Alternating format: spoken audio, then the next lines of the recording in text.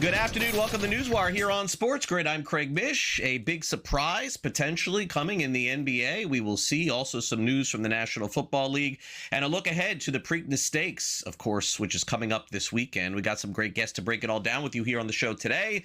SPJ will be with us. Daniel Collins will break down exactly what we can expect in the NBA this weekend. Robert Forbeck joins us for the latest in the Preakness. George Kurtz will be with us to talk some baseball. And Simon Applebaum from the podcast Tomorrow will be televised. Those are our guests here on the show today, so make sure you tune into that. Okay, now let's get to the top story of the day. We've got the Miami Dolphins making a big signing. They have extended running back Devon Achane. It's a 4-year contract, $68 million. That includes $32 million guaranteed.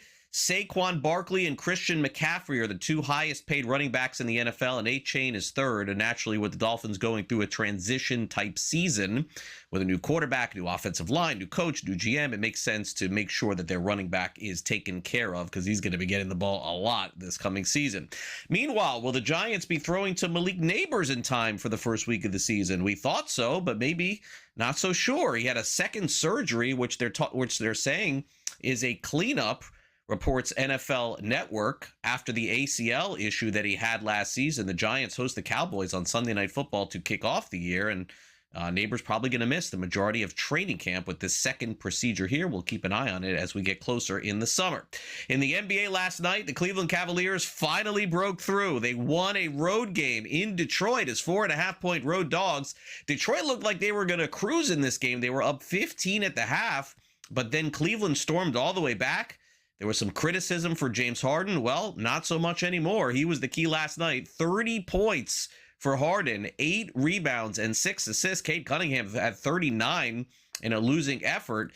And now Kenny Atkinson's team can wrap it all up in Cleveland on Friday. Here he is on this big road win. You hope it propels us, right? You hope it galvanizes us. You hope...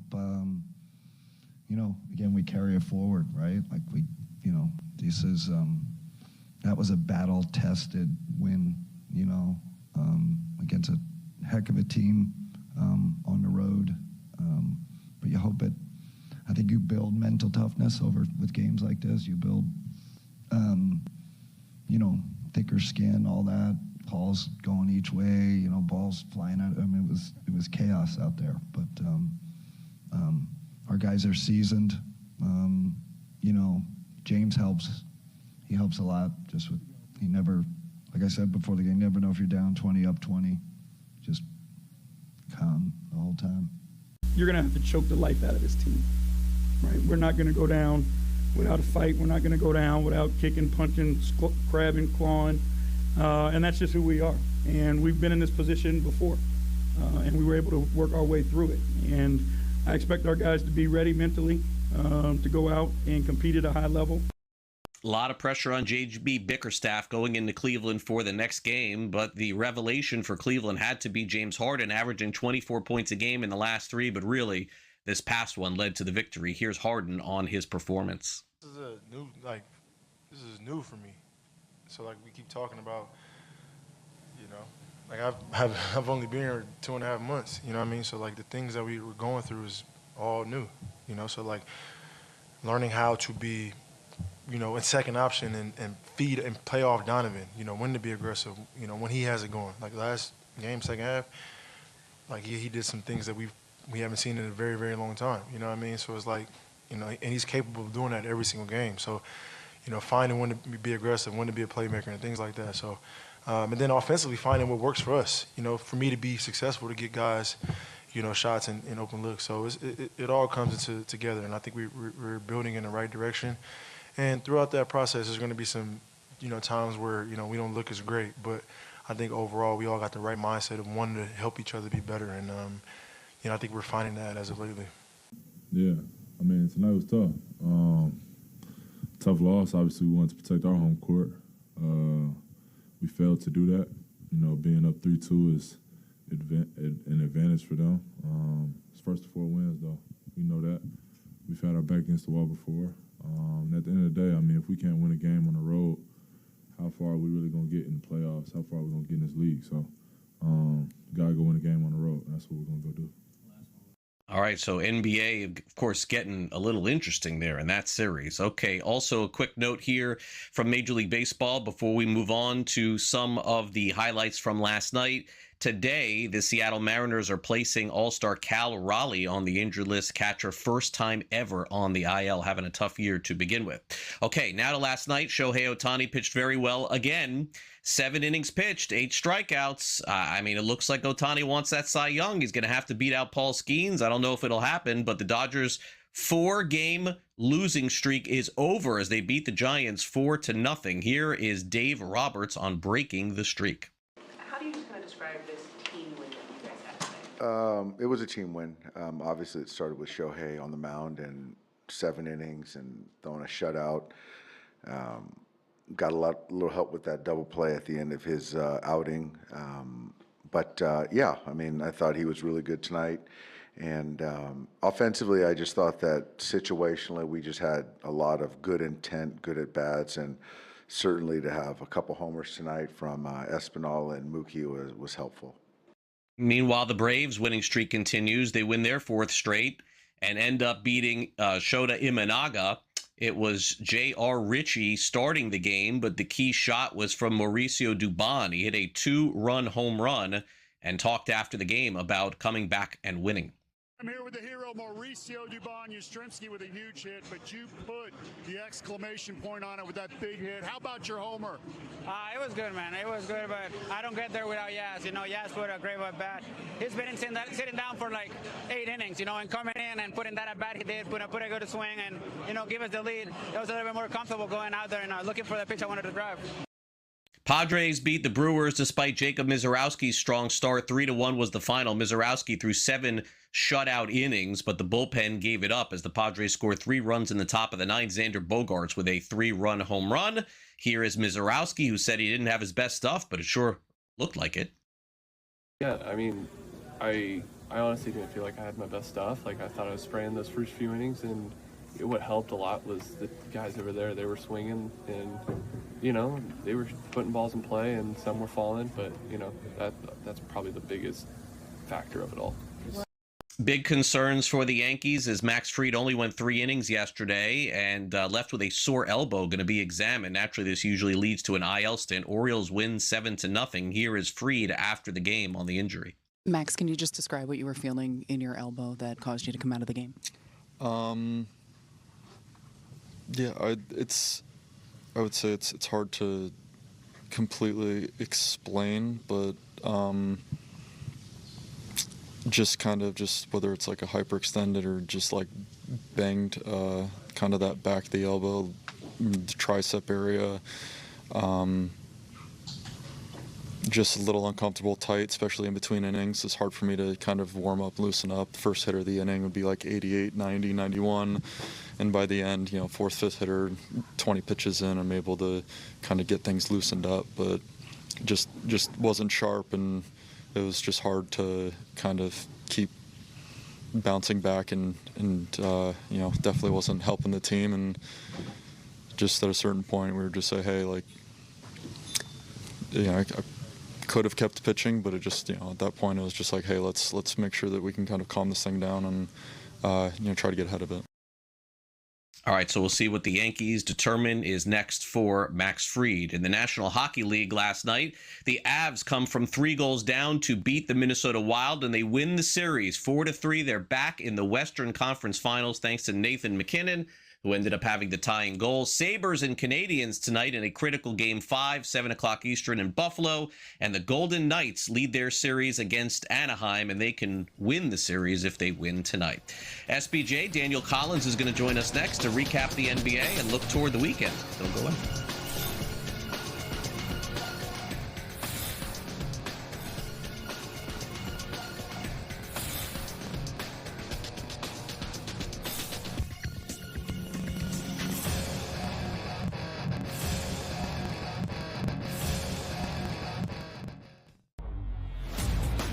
We are going to be strapped with a whole lot of bad football, watching mediocre teams that have absolutely no business in the postseason getting blown off the field by the elite heavyweights, all for our viewing pleasure.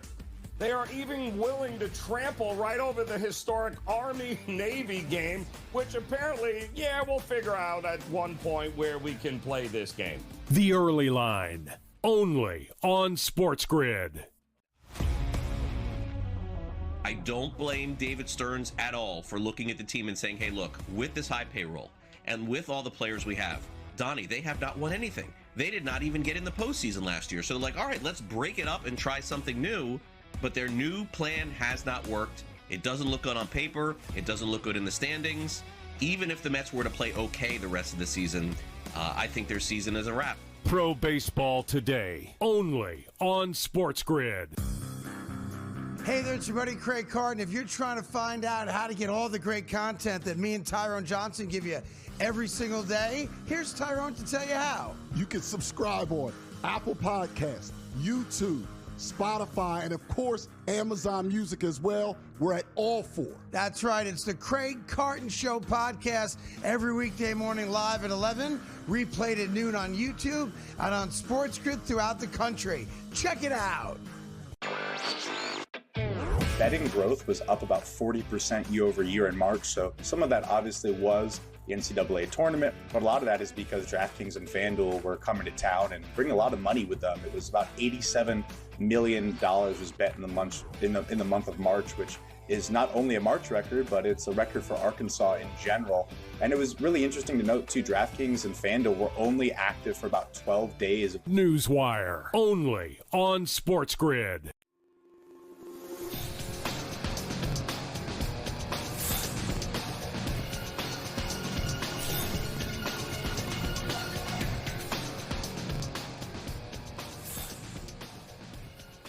All right, welcome back to NewsWire here on SportsGrid. Great to catch up with SPJ. Daniel Collins is here with us, and certainly it's going to be a fun conversation because, I mean, SPJ, this was not the biggest upset in the playoffs, but it felt like a seismic one in terms of how we view futures and the Eastern Conference. And, you know, thanks again for coming on the show, but I feel like we got to start here. The Cavs go on the road and win a game. Wow. Yeah, it's almost like a Christmas in Cleveland in this situation. Finally getting a road win. Great to see you, Craig. Thanks for having me on as always. Yeah, it was an incredible game last night. As a Pistons kind of honorary fan, I've been following this team and liked what they've been doing all season long. I was a little bit disappointed what we saw from them last night. I thought they were going to kind of take a stranglehold of this series. But yeah, you got to give a shout out to the Cavaliers. They finally were able to get the job done on the road, kind of get that monkey off their back. And then now they have an opportunity to close this out tomorrow night in Game 6 back in Cleveland. I was just really, this has been kind of the entire situation for the Pistons all playoffs long. You're getting really disappointing performances from Jalen Duren. Cade Cunningham has been fantastic. He's been playing MVP level basketball. He was awesome again last night, another almost 40 piece. And unfortunately, down the stretch, if you watch this game, I mean, they were leading double digits for multiple portions of the game. They were taking advantage of the Cleveland Cavaliers turnovers. They were playing really solid defense, but they just didn't have that extra scoring option because the Cavs were able to just double Cade Cunningham down the stretch, and then nobody else could really get the job done. I mean, Tobias Harris has been awesome all series long for this Pistons team, and obviously in round 1 too, but that well was going to dry up eventually. Tobias Harris is not a reliable 20-point a game scorer in a long stretch of time. So where else are you going to get scoring from this Pistons team? And unfortunately, the Jalen Duren all-star season that we have seen has not been present in the playoffs in round 1, and unfortunately it has not been present in this series either. So you're going to have a big performance from him in Game 6. I have no doubt that Cade Cunningham's going to come out and be awesome once again. I mean, he talked about it in his press conference after the game, like, hey, all we got to do now is go win another game, and then we can lock this up back at home. So, yeah, backs against the wall Pistons. We'll see what that looks like. And again, you got to give a shout out to the Cavs. Donovan Mitchell played fantastic. James Harden was really good in this game. He's been not very good in the beginning parts of this series, turning the basketball over. He kind of righted the ship here in this one, scored the basketball really well last night too. And we'll see what happens in Game 6 tomorrow. It's going to be another firework experience, I'm sure. And the other game also is going to be fantastic too. It should. We'll get to that in a minute. Let's show you the odds real quick. The Cavs now huge favorites, of course, as they should be to win the series playing at home. Minus 350. First time the Cavs have been favored in the series. And so since the game is tomorrow, let's do a quick preview now here. And I know that not a lot of time to think about it yet, just coming off last night. But this has basically been the point spread, 3.5, 4, 4.5, all series long. It does make sense. Cleveland has to be favored tomorrow night. Minus 3.5, total of 209. Have you decided which way you're going to lean on this game?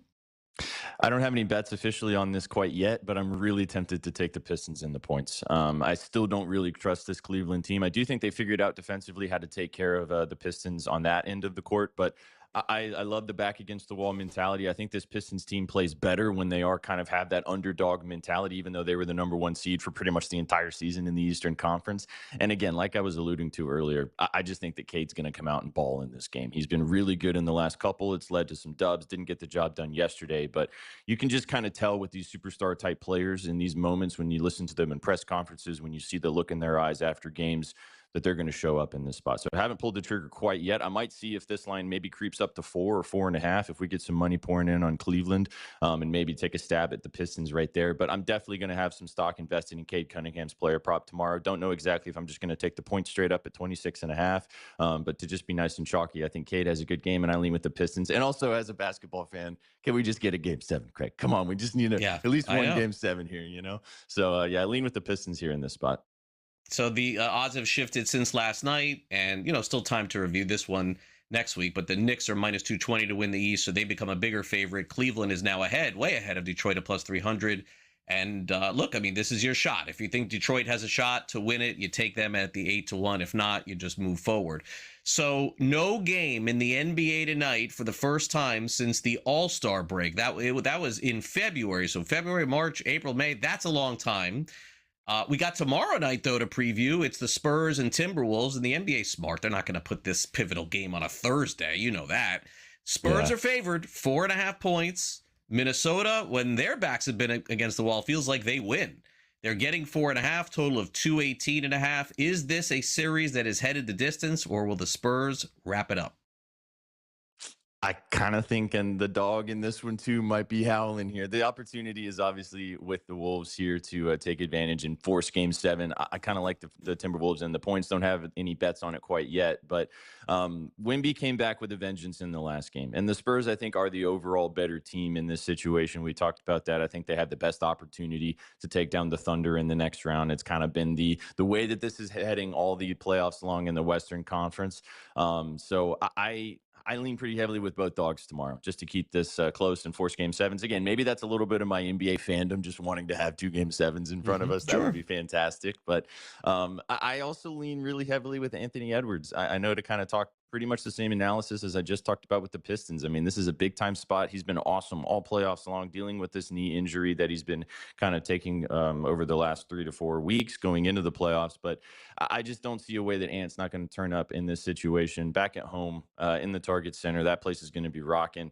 And I think that Ant's going to show up, and I think that they have an opportunity to steal this one and force a Game 7. So I'll probably be invested on the Timberwolves and the points. Definitely going to look at some Anthony Edwards stock there as well. The other thing that I was looking at, Craig, when I was kind of looking at both of these games for tomorrow, which I thought was interesting, the last 3 of both of these series games, and going back to the Pistons and Cavs, and obviously this one we're talking about right now, both of the games have gone over the total.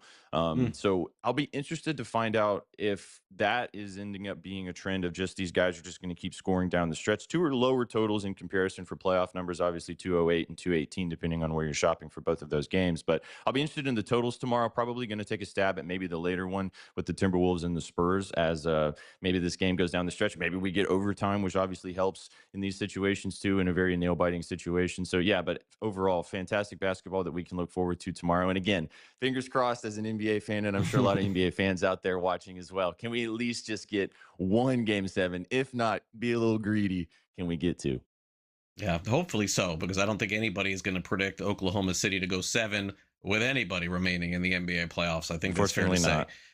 All right, SPJ, we're out of time. Thanks again for coming on the show. Really appreciate it. We'll catch up again next week. Thanks again. Yeah, great to see you, Craig. Have a fantastic rest of your day. All right, we'll be right back talking Preakness with Robert Forbeck. Don't go away.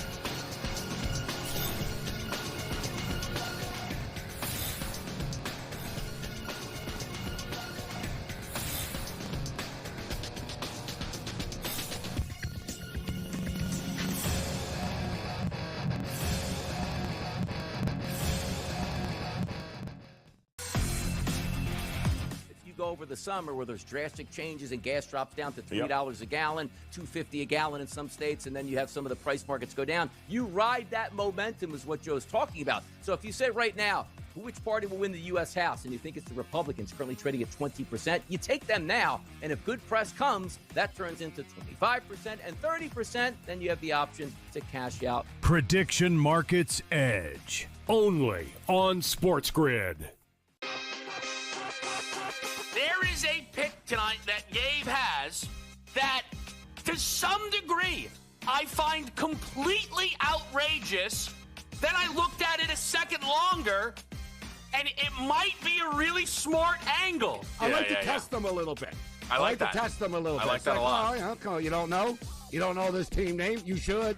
You're in the sports business. Game time decisions, only on SportsGrid. Number one, who asked for this? Nobody, but nobody asked for a bump up in the number of teams in both the men and the women's basketball tournament from 68, including the 4 play-in teams, to 76. By the way, it looks like it is a near-done deal. ESPN and ABC News reported this morning that it's very close to being done. It could be announced by the end of this week. NewsWire, only on SportsGrid.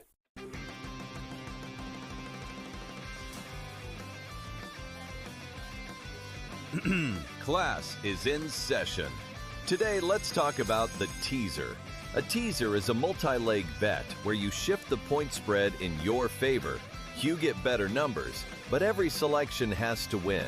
It doesn't matter what you bet if you don't have the insights. Tune into SportsGrid and get ahead of the class.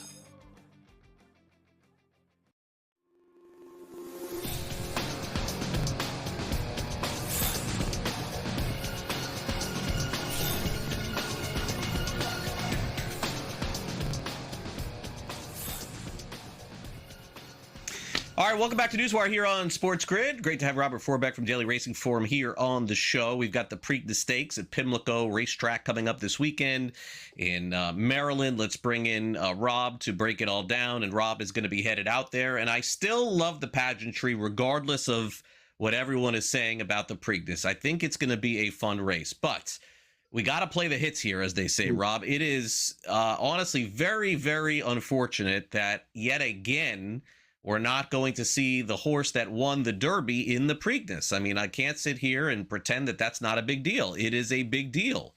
So does something have to change? Does something have to happen in horse racing to make these trainers and owners sign something saying, hey, if you win, are you committed to the next race? Or are we just headed toward a scenario where the Triple Crown is no longer? It's got to be one way or the other.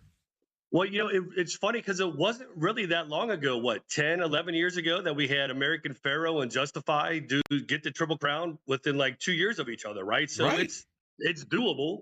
It's not like it's been 100 years or 50 years. Like, it had been a big amount of time between before American Pharoah did it, but it's been done twice within the past 11 or 12 years, right? So, it is frustrating for the entire sport, like the entire industry. It's great to have the Derby winner go to the Preakness. Interesting scenario this year with the Preakness being at Laurel for the first time and supposedly the only time, with the new Pimlico being built and ready for next year. Right. I think last year, I think everyone had a tremendous feeling that Sovereignty was a legitimate Triple Crown type horse. I don't think that's necessarily the case this year with Golden Tempo, right? Kudos to him, the connections. Obviously, the Sherry DeVoe, the first female trainer to win the Derby, has been caught on nationally and been a great story. I don't really think that horse was a real Triple Crown contender, to be honest with you. So, I think at the end of the day, I think you will ultimately see some changes, whether it's adding a third week between the Derby and the Preakness, and then we have 3 weeks from the Preakness to the Belmont. I know there's been a lot of talk out there about giving it a month between, the first Saturday in May, first Saturday in June, first Saturday of July. That type of idea. That would take, these other tracks, Naira especially, have to move around their other stake schedules. The Traverse Stakes in August at Saratoga, which is considered the summer Derby, if you will. Sure. But I think eventually the industry is going to have to do something. So, CDI buying the intellectual rights, as we talked about a couple of weeks ago, for the Preakness, I think might spur that conversation even more. And the networks, right? NBC and Fox and those those networks covering the big races, obviously they want the star horses there. So I think they'll be a big part of it as well. Yeah, I mean, look, they maybe they got to flip around, these races too. Make the Kentucky Derby third or second. I mean, I don't know. You can't change that. I'm getting crazy. I'm all about evolving tradition, but you can't take that one away. It's the first Saturday of May. You got to be that one. All right. Well, Rob, you never know in this world we live in. I never thought there'd be 200 teams in the NCAA tournament, but here we are too as well. I never thought we'd have the NFL. I never thought we'd have that NFL game the night before Thanksgiving. Crazy things happen in sports. Don't discount it. So I never thought I'd see my Bengals playing in Madrid, Spain either. Right, this year. that too. Yeah, right? There you go. Yeah, Joe Burrow finally can cheer. All right, so Golden Tempo is out. Renegade is not in this one either. So I see that Ocelli got the second spot here. I know did very well in the last race here. So tell me who you like going into this one, because naturally some new horses going to participate. Well, I will tell you, sitting with several of my buddies on Derby Day, I got an email. We partnered with First Racing. They had a Preakness future wager. I'm not the biggest future wager person, but I saw the horse Taj Mahal win the Tessio Stakes on Preakness Preview Day at Laurel, and I told my buddies, I said, hey, get down on this horse for the Preakness, right? Because I knew he loves Laurel. He's going to have home court advantage. So we locked in on him at 24-1 in the Preakness future wager, which is exciting considering in the morning line he's 5-1. My enthusiasm kind of waned a little bit when I saw he drew the 1 hole, right? That's not necessarily the best place to be in any starting gate. And there is a ton of speed in this race, right? Which he's going to be a part of. So I still have him on there. I think he's a super talented horse. A lot of people don't know about him because he's run off 3 races at Laurel. But I think that's a great opportunity for him. Incredible. There's a ton of speed in the race. He's the best closer. I could see him flying up, kind of just like Golden Tempo did in the Derby. And then Iron Honor, Chad Brown's won this race twice. Same scenario for this horse, and I think he'll be right there. All right, incredible it is for me on Saturday. I follow Rob wherever he likes. Thanks again, Rob, for coming on. Have a safe trip, and we'll see you for the Belmont in a couple weeks. Thanks, guys.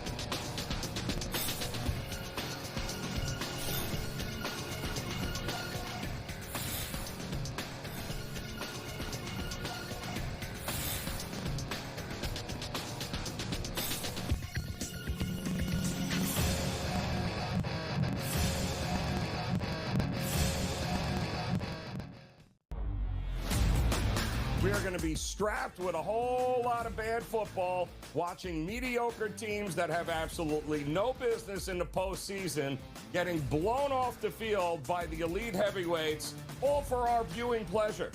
They are even willing to trample right over the historic Army-Navy game, which apparently, we'll figure out at one point where we can play this game. The Early Line, only on SportsGrid. I don't blame David Stearns at all for looking at the team and saying, hey, look, with this high payroll and with all the players we have, Donnie, they have not won anything. They did not even get in the postseason last year. So they're like, all right, let's break it up and try something new. But their new plan has not worked. It doesn't look good on paper. It doesn't look good in the standings. Even if the Mets were to play okay the rest of the season, I think their season is a wrap. Pro Baseball Today, only on SportsGrid.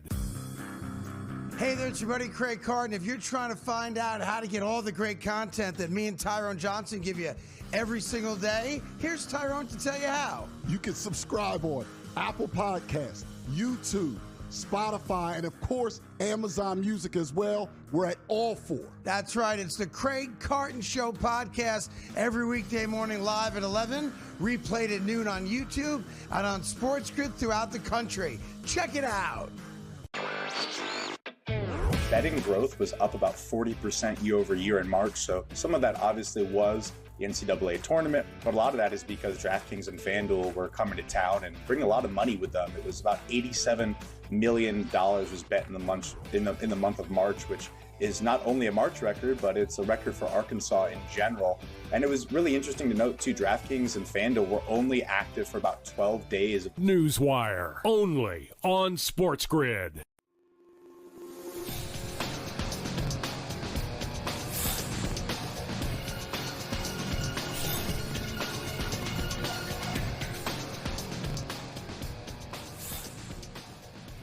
Welcome back to NewsWire here on SportsGrid. Always great to catch up with my buddy George Kurtz. We'll talk some hockey and talk some baseball as well, as George is here with us. Great to catch up with you, George. I know it's been a minute. Thanks for coming on the show. All right, let's start with the Stanley Cup playoffs, George. No surprise to anybody, Stanley Cup playoffs once again are as good as it gets. The games have been great.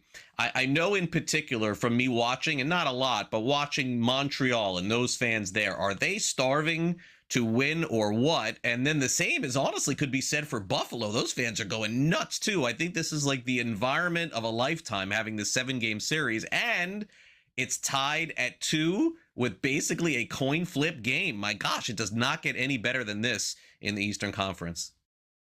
Yeah, it's been a fun series. In game 1 there, Craig, Buffalo pretty much dominated the game, beat Montreal here, and we're like, uh-oh, this is not going to go well for the Canadians because it looked like Buffalo was just too big for them, right? They had too much size. They were going to push Montreal around. But to Martin St. Louis, the coach of the Canadians, to his credit, and the players as well, they've adjusted, and they've adjusted well. It is 2-2. Both teams have probably won a game. Maybe they shouldn't have won, so it's evened out there. There have been some interesting officiating calls, to put it nicely, and both teams are taking liberties. They do not like each other. There's a lot of after the whistle stuff, and let's face it, some penalties that have been missed there. I had Buffalo before the series. I kind of like Montreal now because Buffalo was the last one that stole that game. All right, so I think Montreal might be the better team now. Give me the Sabres tonight, but I do expect goals to be scored.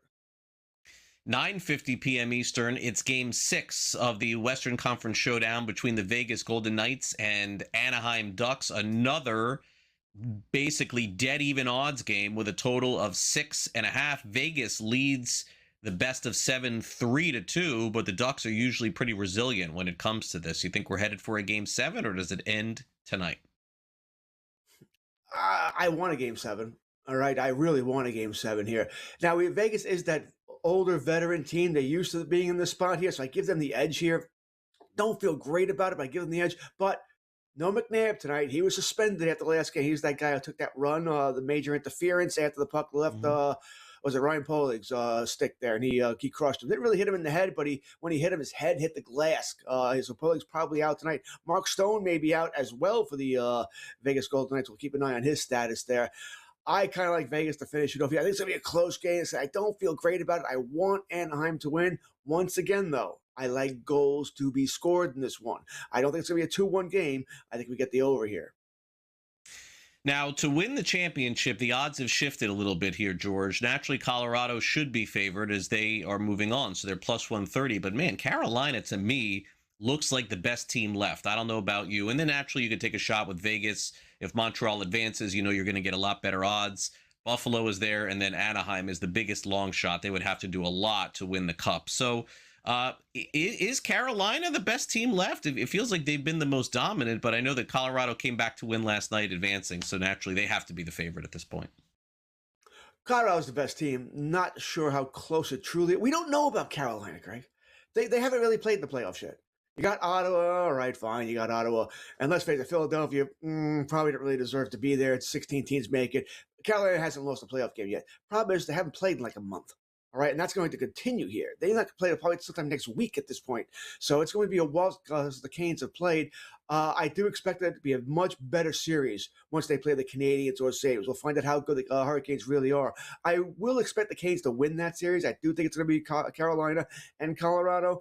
This is a different Carolina team than we've seen in playoffs past. With Brendan Moore, he can get them to a certain part of the playoffs. He can win the first round, and that was about it. His system sort of ran out there. Teams figured it out.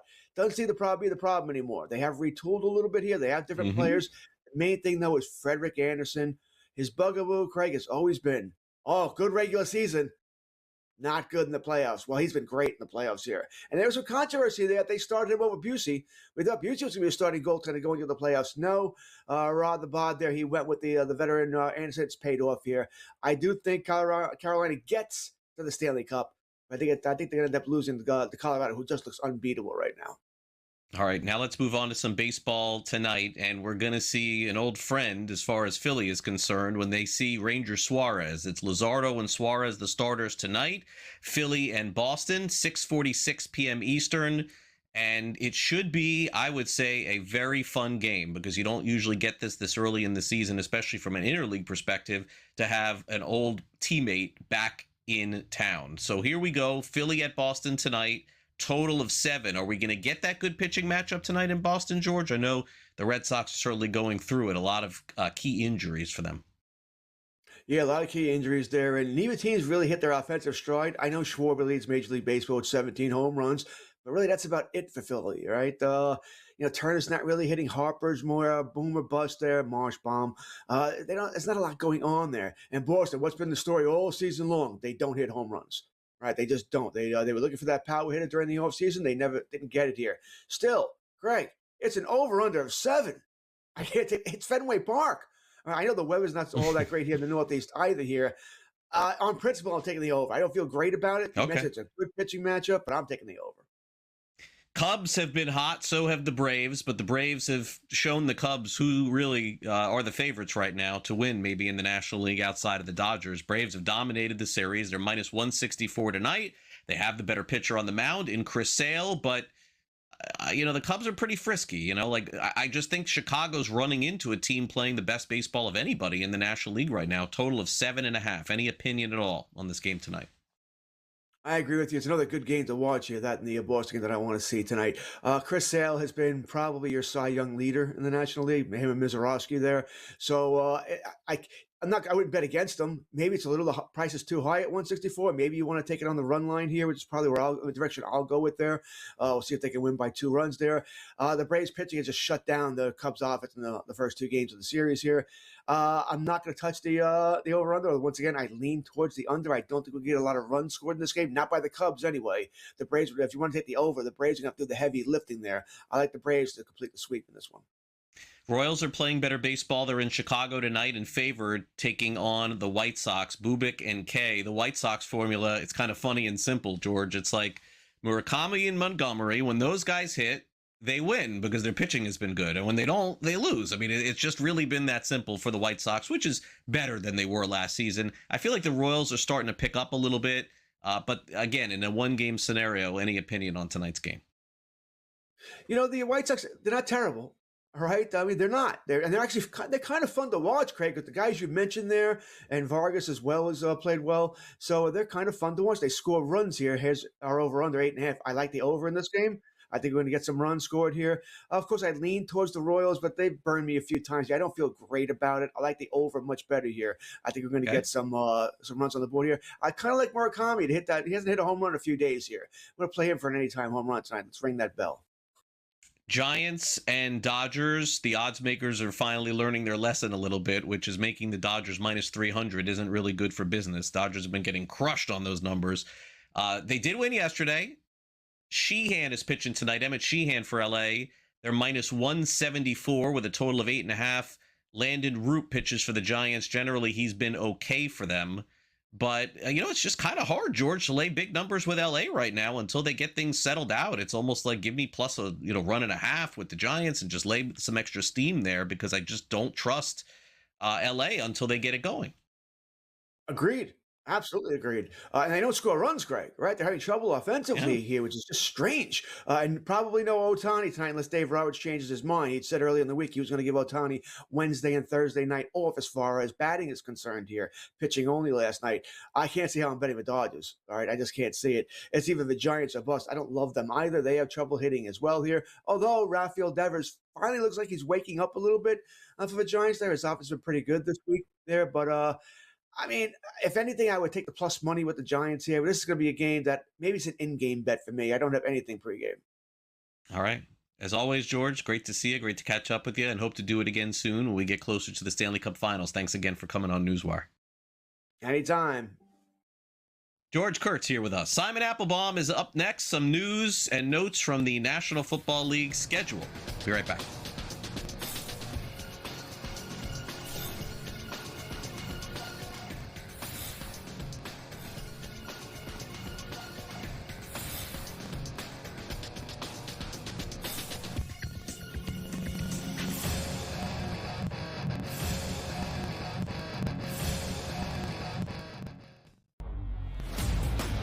We are going to be strapped with a whole lot of bad football, watching mediocre teams that have absolutely no business in the postseason getting blown off the field by the elite heavyweights, all for our viewing pleasure. They are even willing to trample right over the historic Army-Navy game, which apparently, we'll figure out at one point where we can play this game. The Early Line, only on SportsGrid. I don't blame David Stearns at all for looking at the team and saying, hey, look, with this high payroll and with all the players we have, Donnie, they have not won anything. They did not even get in the postseason last year. So they're like, all right, let's break it up and try something new. But their new plan has not worked. It doesn't look good on paper. It doesn't look good in the standings. Even if the Mets were to play okay the rest of the season, I think their season is a wrap. Pro Baseball Today, only on SportsGrid. Hey there, it's your buddy Craig Carton. If you're trying to find out how to get all the great content that me and Tyrone Johnson give you every single day, here's Tyrone to tell you how. You can subscribe on Apple Podcasts, YouTube, Spotify, and of course, Amazon Music as well. We're at all four. That's right. It's the Craig Carton Show podcast every weekday morning live at 11, replayed at noon on YouTube and on SportsGrid throughout the country. Check it out.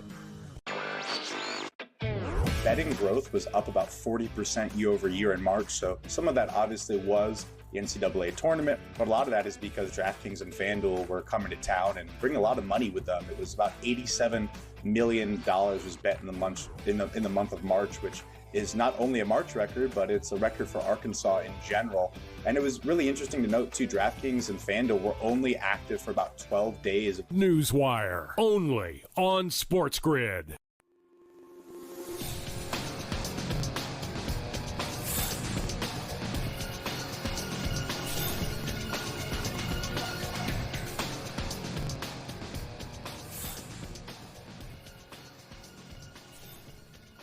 Simon Applebaum joins us from the podcast. Tomorrow will be televised. Very big night in the National Football League as the full schedule is released later this evening, although so many leaks have already come out. It feels like we have like half of the schedule already. Simon, great to catch up with you here. And we begin with the upfronts, which of course includes the National Football League. And Simon, I'm just waiting for the NFL to announce that they're going to play during March Madness or something. Like there's just nothing that they won't touch anymore. We thought it would never be Christmas Eve. It was Christmas Eve. We never thought Christmas Day. It was Christmas Day. We never thought a third game would be added to Thanksgiving. They did that too. And now, the night before Thanksgiving, on a Wednesday, we're getting another NFL game. It's just wild. Absolutely, Craig. Don't count March out.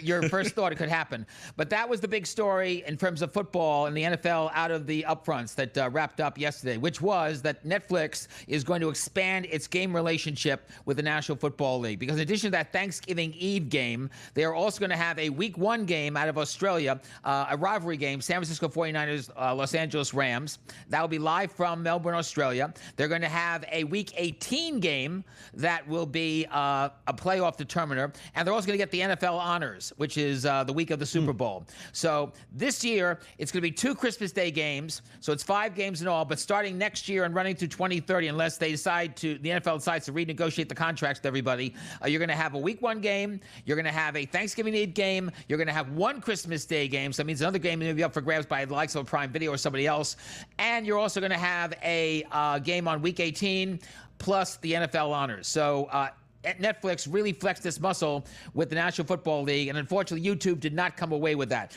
And that was not the only NFL news. At ESPN and Disney's event at Javits Center, on Tuesday, they made a whole big thing about the Super Bowl, which, of course, ABC and ESPN will get in a simulcast. Probably we're going to have an alt cast with the Manning folks, Eli and Payne, who showed up on stage. We may see an interactive situation as well. And Univision and ESPN Deportes will both have the Super Bowl on that day in Spanish. And when Univision, by the way, announced it at their own event at Terminal 51, not far from where we are here in New York at the Renaissance Hotel, guess who showed up to help make the event? John Harbaugh, the new coach of the New York Giants. So Football was everywhere, and it was not the only situation, by the way, for ESPN in terms of Super Bowl. Also, Banana Bowl, the Banana League, is going to have its championship game playing on Disney Plus in October. They counted Women's Sports Sunday, which starts in a couple of weeks on ESPN on Sunday nights with National Women's Soccer League, as well as the WNBA. WNBA was everywhere. And let's not forget also the World Cup. Fox, on their event on Monday afternoon at City Center, they made a whole big deal about it. So did Telemundo at a big bash at the Rainbow Room on Tuesday night, where you could get World Cup swag. There was a line all the way on the floor of the Rainbow Room to get that merchandise. So Fox and Telemundo had a lot to say about the World Cup, and we'll talk more about what their plans are in a future segment. So it was plenty of things to do. Also, two other things. Scripted series also were very big in terms of sports. Running Point's been renewed for a third year on Netflix. The Hawk, the Will Ferrell golf show, that's going to be starting this summer. And Michael B. Jordan, the Oscar-winning Best Actor this year for Sinners, he's doing 3 shows for Amazon Prime Video. 2 of them are in boxing. One is The Greatest, the long-awaited Manhattan Ali bio miniseries, which, by the way, he brought out Muhammad Ali's wife and the actor who's going to play Ali in this series. The clips look great. Could be an Emmy contender next year for Best Miniseries. And he's also doing a Creed spinoff, Delphi, which will run early next year. The Greatest, by the way, will be running this fall. So Jordan is all in with Prime Video. And one more thing on the upfronts. Yesterday at YouTube's Brandcast at Lincoln Center, they put a little teaser. Remember we talked about the YouTube conversational AI tool, where if you're watching a YouTube video on your smart TV set, you can talk back to it and get information through your voice remote control. Well, now here's something new. Within a few weeks, I believe within a few weeks, you are going to see, when you watch YouTube on your smart TV set and you're watching an ad, if you want to buy the product shown in that ad, you will be able to with your voice and 1 or 2 remote clicks. It's called Buy with Google Pay. I have a hunch that they're going to roll this out very, very quickly, and it looks like this is another way or another avenue toward ultimately maybe doing sports betting on the TV set. Interesting stuff. Simon, good timing to start up new leagues and new broadcasts, of course. The summer is here, and we know that the World Cup is going to take center stage in June, but also the Women's Pro Lacrosse League is getting ready to launch this weekend. And so the timing is right based on everything that's going on in sports. It's a slower time, May, June, and July. Will this be a success, do you think, and where is it going to air? It's got a shot. It's going to run on Disney Plus and on the ESPN Unlimited or Mega Content Service this Saturday night in prime time. It's a 4-team league. It's from the same people who do PLL, the Premier Lacrosse League, which now has a Saturday night lacrosse game on ESPN or ESPN2. There are 4 teams. There's New York, there's Boston, there's California, and there's Maryland. There will be games running on Friday and Saturday nights for most of the season. And keep in mind that 2 years from now, in 2028, summer in Los Angeles, the Summer Olympic Games, lacrosse will be, both men and women's will be one of the new sports that will be introduced. So this is great timing by the PLL people to put a women's lacrosse pro league on the map, and hopefully it'll grow to the point where if the women's lacrosse team does very well in the Olympics, that it could fuel more and more teams in a bigger league. Finally, Roku has an enhanced games primetime competition next weekend. Tell us more about that.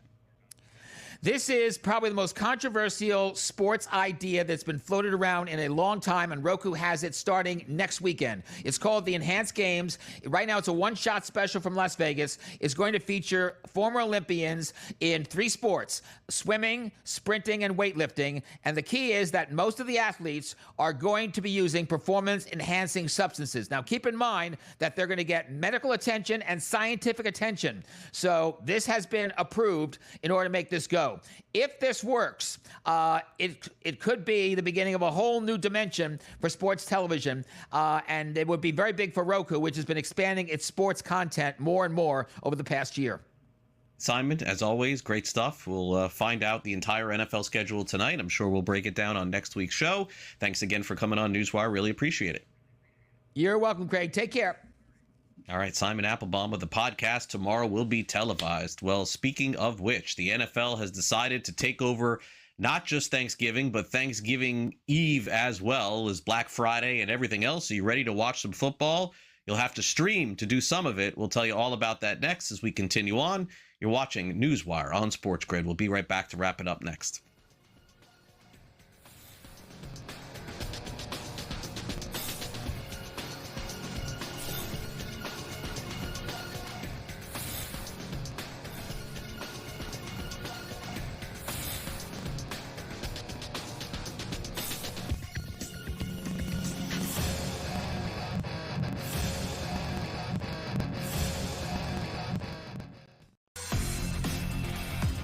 go over the summer where there's drastic changes and gas drops down to $3 a gallon, $2.50 a gallon in some states, and then you have some of the price markets go down. You ride that momentum is what Joe's talking about. So if you say right now, which party will win the U.S. House, and you think it's the Republicans currently trading at 20%, you take them now, and if good press comes, that turns into 25% and 30%, then you have the option to cash out. Prediction Markets Edge, only on SportsGrid.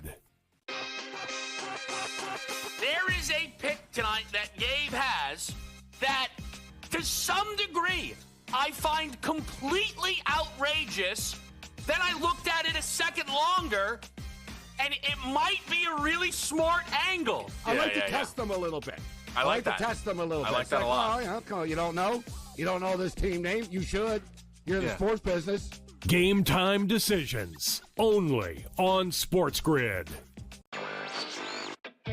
Number one, who asked for this?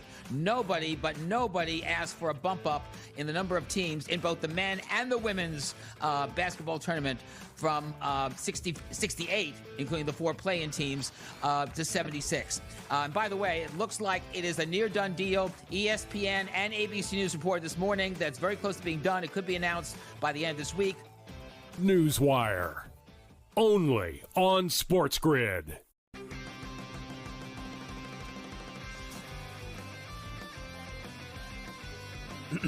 Class is in session. Today, let's talk about the teaser. A teaser is a multi-leg bet where you shift the point spread in your favor. You get better numbers, but every selection has to win.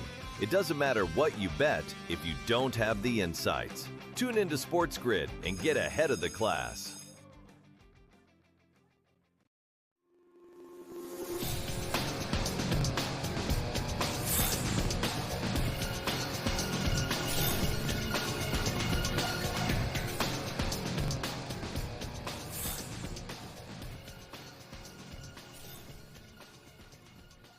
Welcome back to NewsWire. Man, did we get some news yesterday. I just, you never know what the NFL is going to throw at you every year. And basically at this point, what are they waiting for to not have games on Friday night, right? Like that was supposed to be sacred for high school.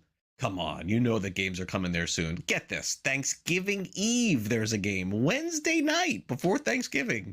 It is the Packers and Rams. I mean, that is crazy. Netflix. Thanksgiving as normal. We get those 3 games. Here they are this year. Bears, Lions. So they put the Lions, as always, they play at home on Thanksgiving. They get Chicago. The Cowboys get the Eagles. That's a good one at home. And then the nightcap's a really good one, I guess, on paper. You never know. But the Chiefs will play the Bills. So that certainly will be a fun one. And then the Black Friday game. That's the one game that hasn't done that well the last couple of years. I guess people just are footballed out by the time Friday comes, maybe. I don't know. But Broncos Steelers, that's the afternoon Black Friday game this year. Full schedule will come out tonight. All right, we'll wrap up the show. We'll hear from one NFL player on his home life in terms of spiders. I'll explain more of that. And also, in addition to it, we'll talk more about the World Cup and what they're doing to get you to drink more beer, which is always fun. Time now for some Last Licks.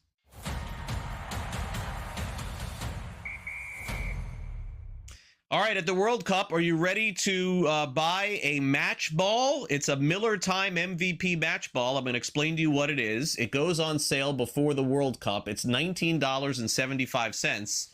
And you can basically, as you see there on your screen, you can have a soccer ball that holds up to 12 beers for your watching interests. It will drop on May the 20th, so that's next week, and again on June the 3rd at MillerLite.com, and the price is $19.75. Now, unlike some of the hockey stuff we've seen lately, you can't actually drink beer out of the ball, but this will hold beer in the soccer ball. Of course, World Cup's doing, I mean, this is as much promotion as I've seen for any event, by the way, for the World Cup coming up next month. And I guess because it's in the United States, it does make some sense. $19.75 on May the 20th if you want to buy yourself an MVP match ball and put all your beers in there while you're watching the game. All right, last night, funny moment here on social media. All-Pro tight end George Kittle tells us a story a little bit about his home life, and it's a funny one. How about this? He sends out a tweet, or on X, depending on how you view it. At 4 a.m. this morning, as I laid in a deep slumber, I was called to action by my wife, who discovered the spider the size of a $50 in the bathroom. Without hesitation, I arose to combat the intruder. Claire, I guess that's his wife, handed me the slant board I'd been using for rehab, and I immediately knew the spider had no chance. It took but one attempt to strike down my opponent. I received hugs and kisses for my bravery and fell back asleep with confidence. Have a day, gentlemen. So there you go. George Kittle killing spiders and telling us all about it on social media. I think we've all been in that spot where something is in the house. And then, in my case, also my wife will say, you got to go kill it. I'm like, why can't you? I don't want to. I'm scared. Okay, fine. I've been there before. I get it, especially spiders. Spiders are the one thing that freaks my wife out too. Usually a lizard, she's just like, there's a lizard in the house. I live in Florida, so I'm getting all that kind of stuff in my house all the time. Okay, finally, coming up in less than a month, June the 10th, the Padres announced that they are hosting Remote Work Wednesday for fans to work remotely while at the game. That's a cool promotion.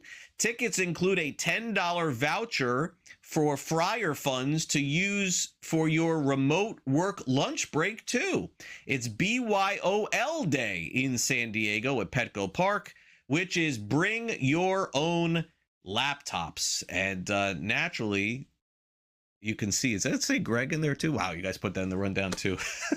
Chris Kopsky, our producer, is like, Greg, can you send me to San Diego and Petco Park so I could work away from the studios? Now, that is the one benefit that I have here is that since the pandemic, basically in 2020, I set up a remote studio, and that's where I've been operating ever since. I call it Studio C. Why do I call it Studio C? Studio Craig.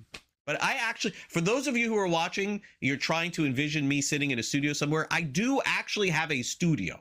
I have one. I built one, used it for SiriusXM radio for many years, and now I use it for SportsGrid as well. It's not like it's just a room in my house like you see some people. I actually have a studio. There are lights, background, the whole thing here. Looks pretty good, right?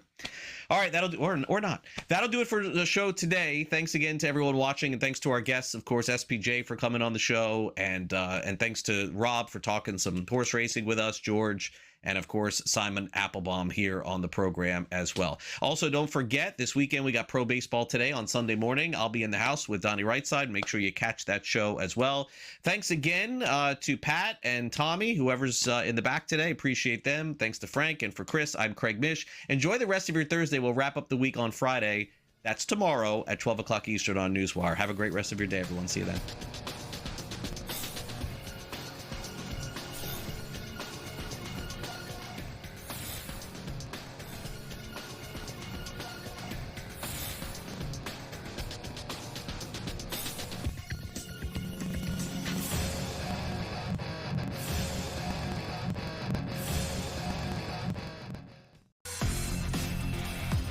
Over the summer where there's drastic changes and gas drops down to $3 a gallon, $2.50 a gallon in some states, and then you have some of the price markets go down. You ride that momentum is what Joe's talking about. So if you say right now, which party will win the U.S. House, and you think it's the Republicans currently trading at 20%, you take them now, and if good press comes, that turns into 25% and 30%, then you have the option to cash out. Prediction Markets Edge, only on SportsGrid. There is a pick tonight that Gabe has that, to some degree, I find completely outrageous. Then I looked at it a second longer, and it might be a really smart angle. I like to test them a little bit. I like to test them a little bit. I like that a lot. Oh, yeah, you don't know? You don't know this team name? You should. You're in the sports business.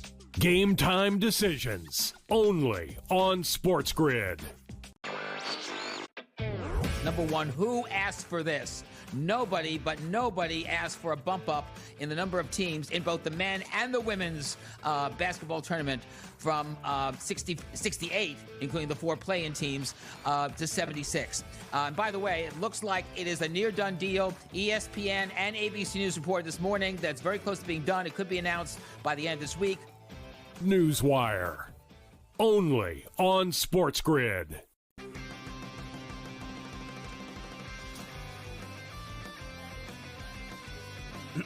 Class is in session. Today, let's talk about the teaser. A teaser is a multi-leg bet where you shift the point spread in your favor. You get better numbers, but every selection has to win. It doesn't matter what you bet if you don't have the insights. Tune into SportsGrid and get ahead of the class.